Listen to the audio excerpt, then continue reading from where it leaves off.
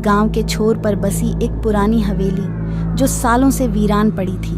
कहते हैं उस हवेली में एक रहस्य छुपा था जिसे आज तक कोई सुलझा नहीं पाया। उस हवेली के बारे में अनेक कहानियां प्रचलित थीं, परंतु असलियत क्या थी यह कोई नहीं जानता था। एक दिन गांव का सबसे साहसी युवक अमन उस रहस्य को जानने की ठान ली। वह रात के अंधेरे में अपने दोस्तों के साथ हवेली के भीतर गया। हवेली की हालत जर्जर थी।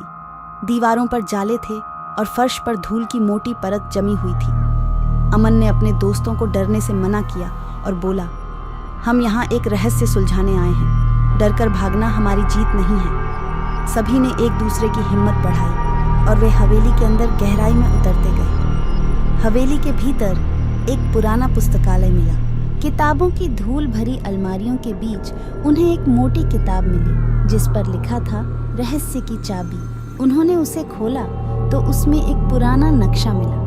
नक्शे पर हवेली का ही चित्र था, परंतु इसमें एक गुप्त तहखाने का भी जिक्र था। अमन और उसके दोस्त उस तहखाने को खोजने में लग गए। नक्शे की मदद से उन्होंने तहखाने का दरवाज़ा ढूंढ निकाला।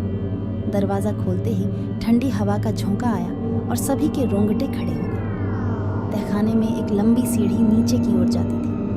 नीचे जाकर उन्हें एक बड़ा सा कमरा मिला। कमरे के बीचों बीच एक पुरानी तिजोरी रखी थी। तिजोरी पर अजीबोगरीब प्रतीक बने हुए थे।